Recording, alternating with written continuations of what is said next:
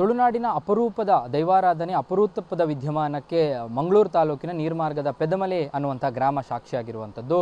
ಸಾಕಷ್ಟು ವರ್ಷಗಳಿಂದ ನೂರಾರು ವರ್ಷಗಳಿಂದ ಆ ಭೂಮಿಯಲ್ಲಿ ಹುದುಗು ಹೋಗಿದ್ದಂಥ ಒಂದು ದೇವಸ್ಥಾನವನ್ನು ಕುರುಹುಗಳನ್ನು ಕೊಡುವ ಮೂಲಕ, ಸುಳಿವುಗಳನ್ನು ಕೊಡುವ ಮೂಲಕ ಮತ್ತು ಪ್ರಶ್ನಾಚಿಂತನೆಯ ಮೂಲಕ ಆ ಒಂದು ಜಾಗದಲ್ಲಿ ನಾನು ಆರಾಧನೆಗೊಳ್ತಾ ಇದ್ದೆ ಸುಮಾರು ಸಮಯದಿಂದ. ನೀವು ಮತ್ತೆ ಅದನ್ನು ಆರಾಧನೆ ಮಾಡಬೇಕು ಅನ್ನುವಂಥ ಸುಳಿವನ್ನು ದೈವ ಕೊಟ್ಟಿತ್ತು. ಅದರ ಆಧಾರದಲ್ಲಿ ಈಗ ಅಲ್ಲಿ ಒಂದು ದೇವಸ್ಥಾನ ನಿರ್ಮಾಣ ಆಗ್ತಾ ಇದೆ, ಬಹಳ ವಿಭಿನ್ನವಾದಂಥದ್ದು. ಹಾಗಾಗಿ ಈ ಬಗ್ಗೆ ಮಾತನಾಡೋದಕ್ಕೆ ಸ್ವತಃ ನಮ್ಮ ಜೊತೆ ಆ ಒಂದು ದೇವಸ್ಥಾನದ ವಾಜಿಲ್ಲಾಯ ಮತ್ತು ಧೂಮಾವತಿ ದೇವಸ್ಥಾನದ ಟ್ರಸ್ಟಿಗಳಾಗಿರ್ತಕ್ಕಂಥ ಗಿರಿಧರ್ ಶೆಟ್ಟಿ ಇದ್ದಾರೆ. ಅವ್ರ ಜೊತೆ ನಾನು ಮಾತನಾಡ್ತೀನಿ. ಸರ್, ಈಗ ಏನು ಹೇಳ್ತೀರಾ ಸರ್? ಹೇಗೆ ನಿಮಗೆ ಗೊತ್ತಾಯಿತು ಮತ್ತು ಇಡೀ ಇದನ್ನು ಎಕ್ಸ್ಪ್ಲೇನ್ ಮಾಡ್ತಾ ಹೋದರೆ ಹೇಗೆ? ಪ್ರಥಮವಾಗಿ ಎಲ್ಲ ವೀಕ್ಷಕರಿಗೆ ವಂದಿಸುತ್ತಾ, ಇದು ಸಾಧಾರಣ ನಾವೊಂದು ಇತಿಹಾಸ ತಜ್ಞರ ಹತ್ರ ನಾವು ವಿಮರ್ಶೆ ಮಾಡುವಾಗ ಸಾಧಾರಣ 700 ವರ್ಷ ಇತಿಹಾಸ ಇರುವ, ರಾಜರ ಕಾಲದಲ್ಲಿ ವಿಜೃಂಭಣೆಯಿಂದ ನಡೆಯುತ್ತಿರುವ ಈ ಒಂದು ದೇವಸ್ಥಾನ ಕ್ರಮೇಣ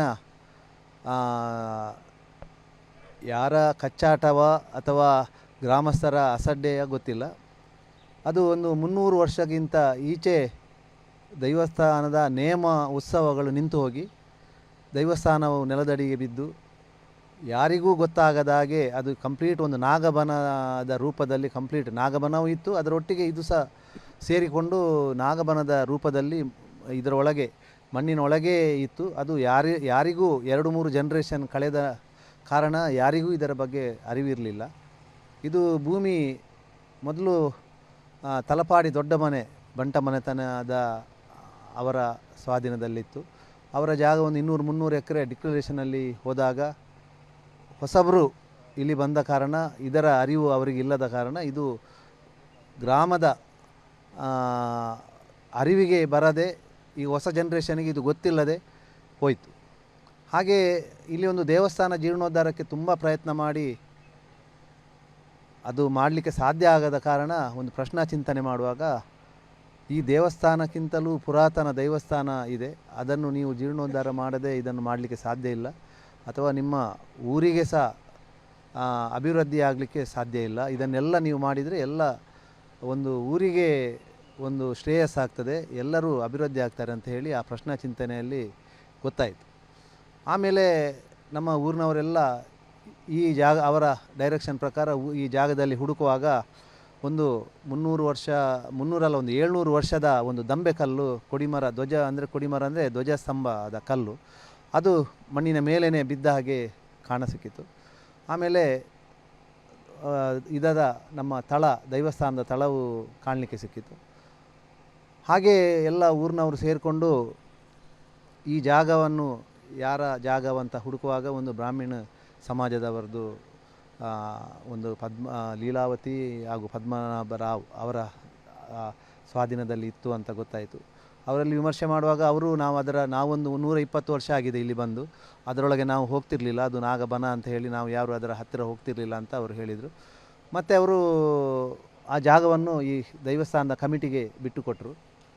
ಆಮೇಲೆ ರಸ್ತೆಗಳು ಎಲ್ಲ ಸಮುದಾಯದವರು ಇದಕ್ಕೆ ಈಗ ಕೈ ಜೋಡಿಸಿದ್ದಾರೆ. ಕ್ಯಾಥಲಿಕ್ ಅವರು ಒಂದು 24 ಸೆಂಟ್ ಜಾಗ ಕೊಟ್ಟು ರಸ್ತೆಗೆ, ಮತ್ತು ಎಲ್ಲ ಈ ಧ್ವಜಸ್ತಂಭಕ್ಕೆ ಎಲ್ಲ ಸಮುದಾಯದವರು ಸೇರಿಕೊಂಡು ಈಗ ಈ ದೇವಸ್ಥಾನ ಮಾಡಲಿಕ್ಕೆ ನಾವು ಹೊರಟಿದ್ದೇವೆ.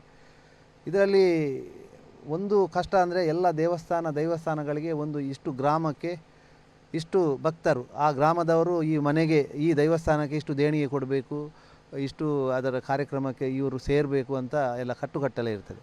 ಇದೊಂದು 300 ವರ್ಷ ಆದ್ದರಿಂದ ಅದು ಯಾವುದೂ ಇಲ್ಲ, ಅದೆಲ್ಲವೂ ಯಾರಿಗೂ ಗೊತ್ತಿಲ್ಲದ ಪರಿಸ್ಥಿತಿಯಲ್ಲಿತ್ತು. ಹಾಗಾಗಿ ಎಲ್ಲ ಊರಿನವರು ಸೇರಿಕೊಂಡು ಇದನ್ನೊಂದು ದೇವಸ್ಥಾನ ಕಟ್ಟಲಿಕ್ಕೆ ಹೊರಡುವಾಗ, ಅದು ಗ್ರಾಮದ ದೇವಸ್ಥಾನ ಆದ್ದರಿಂದ ಅದಕ್ಕೆ ಒಂದು ವಿಶೇಷ ರೀತಿಯ ಕಟ್ಟುಕಟ್ಟಳೆಗಳು ಇರ್ತದೆ. ಹಾಗಾಗಿ ಅದನ್ನು ಎಲ್ಲ ಸೇರಿಸಿಕೊಂಡು ಅದಕ್ಕೆ ದೈವಕ್ಕೆ ಹೇಗೆ ಬೇಕು ಅದು ಹಾಗೆ ಮಾಡಿಕೊಂಡು, ಏನು ಬೇಕು ಅದನ್ನು ಅದಕ್ಕೆ ಯಾರ ಹತ್ರ ತಗೊಳ್ಬೇಕು ಅವರ ಹತ್ರನೇ ಅದು ತಗೊಂಡು ಇಷ್ಟು ಒಂದು ಒಳ್ಳೆಯ ಕೆಲಸ ಆಗಿತ್ತು. ಒಂದು ವರ್ಷದಲ್ಲಿ ಸುಮಾರು ಒಂದು 3 ಕೋಟಿಯ ಅಂದಾಜು ಕೆಲಸ ಆಯಿತು. ಇದಕ್ಕೆ ಒಂದು 50 ಸೆಂಟ್ ಜಾಗ ಹೊರಗೆಯಿಂದ ನಾವು ಈಗ ಖರೀದಿ ಮಾಡ್ತಾ ಇದ್ದೇವೆ. ಹಾಗೂ ಎಲ್ಲ ಇದಕ್ಕಿಂತ ಮತ್ತು ಇದರಲ್ಲಿ ನಾಗಬನ ಫಸ್ಟಿಗೆ ನಾವು ಮಾಡಿದ್ದೆವು. ನಾಗಬನ ಮಾಡಿ ನಾಗ ಪ್ರತಿಷ್ಠೆ ಮಾಡಿ ಮತ್ತು ದೇವಸ್ಥಾನದ ಕೆಲಸವನ್ನು ಮಾಡಿದ್ದೆವು. ಹಾಗೆ ಇದಕ್ಕೆ ಚಾವಡಿಗೆ ಸಂಬಂಧಪಟ್ಟು ರಾಮಣ್ಣ ಶೆಟ್ಟಿಯವರು ಒಂದು ಒಂದು 35-40 ಲಕ್ಷದ ಚಾವಡಿಯನ್ನು ಕಟ್ಟಿಕೊಡ್ತಾ ಇದ್ದಾರೆ. ಮತ್ತು ಅದಕ್ಕೆ ಬೇಕಾದ ಬೆಳ್ಳಿ ಆಭರಣಗಳನ್ನು ಅವರು ಮಾಡಿಕೊಡ್ತಾ ಇದ್ದಾರೆ. ಮತ್ತು ಬಂಗಾರ ನಾವು ಒಂದು ಟ್ರಸ್ಟಿಗಳು ಮತ್ತು ಎಲ್ಲ ಊರಿನವರು ಸೇರಿಕೊಂಡು ಸಾಧಾರಣ ಒಂದು 200 ಗ್ರಾಮು 200-250 ಗ್ರಾಮ್ ತನಕ ಅದಕ್ಕೆ ಬಂಗಾರದ ಕೆವಿಗಳು ಅದೆಲ್ಲ ಬಂಗಾರದೇ ಮಾಡ್ತಾ ಇದ್ದೇವೆ.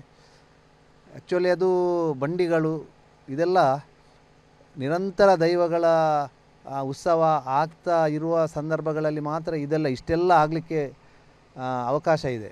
ಇದು ಒಂದು ವರ್ಷದಲ್ಲಿ ಎಲ್ಲವೂ ಮೊದಲಿನ ವಿಜೃಂಭಣೆಯಿಂದ ಏನು ಆಗ್ತಿತ್ತು ಅದೇ ಸ್ವರೂಪದಲ್ಲಿ ಎಲ್ಲವನ್ನು ಈಗ ಒಂದು ವರ್ಷದಲ್ಲಿ ಇದನ್ನು ಮಾಡಿಸಿಕೊಂಡು ಬಂದಿದೆ ದೈವ. ಹಾಗಾಗಿ ಎಲ್ಲವೂ ಒಂದು 90% ಕೆಲಸ ಆಗ್ತಾ ಇದೆ ಈಗ. ಇಲ್ಲಿ ದೇವಸ್ಥಾನ ಇತ್ತು ಅನ್ನುವಂಥದ್ದೆಲ್ಲ ಗೊತ್ತಾಯಿತು. ವಾಜಿಲ್ಲಾಯ ಧೂಮಾವತಿ ದೈವದ ಆರಾಧನೆ ಆಗ್ತಾ ಇತ್ತು ಅನ್ನುವಂಥದ್ದು ಹೇಗೆ ಗೊತ್ತಾಯ್ತು ಮತ್ತು ಅದರ ಇತಿಹಾಸ ಏನಾದರೂ? ವಾಜಿಲ್ಲಾಯ ದೈವದ ಆರಾಧನೆ ಇಲ್ಲಿ ಬರ್ಕೆ ಮನೆ ಅಂತ ಒಂದು ಬ್ರಾಹ್ಮಣ ಮನೆಯಲ್ಲಿ ಈಗಲೂ ಆರಾಧನೆ ಆಗ್ತಾ ಉಂಟು. ಈ ಚಾವಡಿಯಲ್ಲಿಯೂ ಅವರಿಗೆ ಗೊತ್ತಿತ್ತು.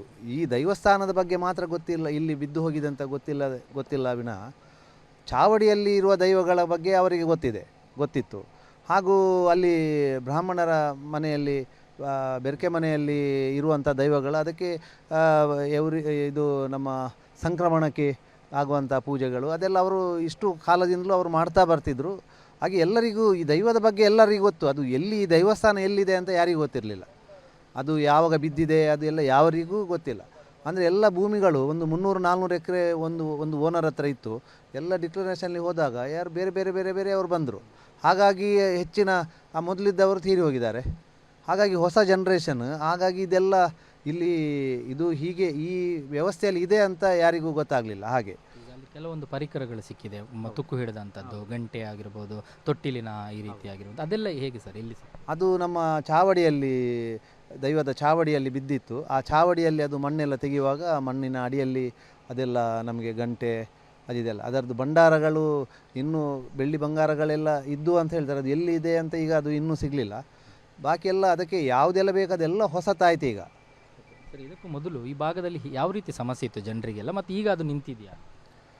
ಈ ಭಾಗದಲ್ಲಿ ಈ ನಾಗರ ಹಾವು ಎಲ್ಲ ಮನೆಗಳಿಗೆ ಭೇಟಿ ಕೊಡ್ತಿತ್ತು. ಅದಕ್ಕೆ ಹಿಂದೂ, ಮುಸ್ಲಿಮು, ಕ್ಯಾಥಲಿಕ್ ಅಂತ ಏನಿಲ್ಲ, ಎಲ್ಲರ ಮನೆಗೆ ಹೋಗ್ತಿತ್ತು.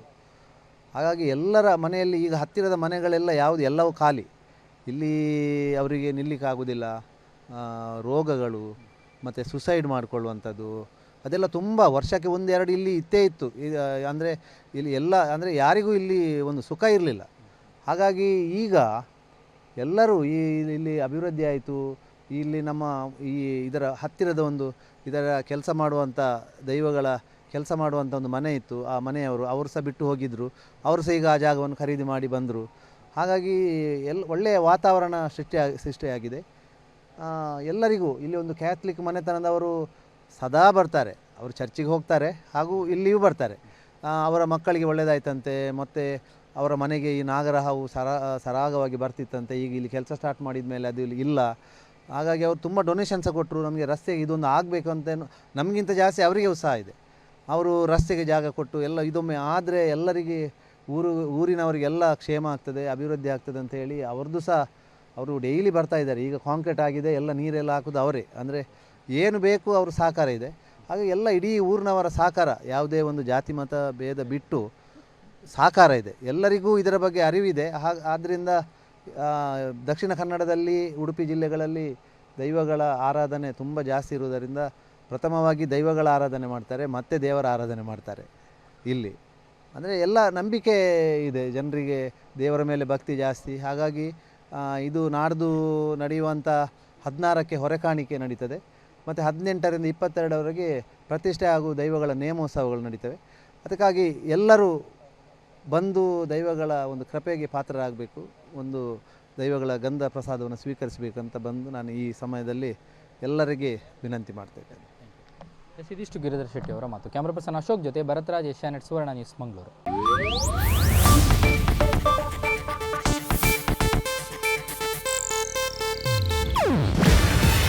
ಇದು ಏಷ್ಯಾನೆಟ್ ನ್ಯೂಸ್ ನೆಟ್ವರ್ಕ್ ಪ್ರಸ್ತುತಿ.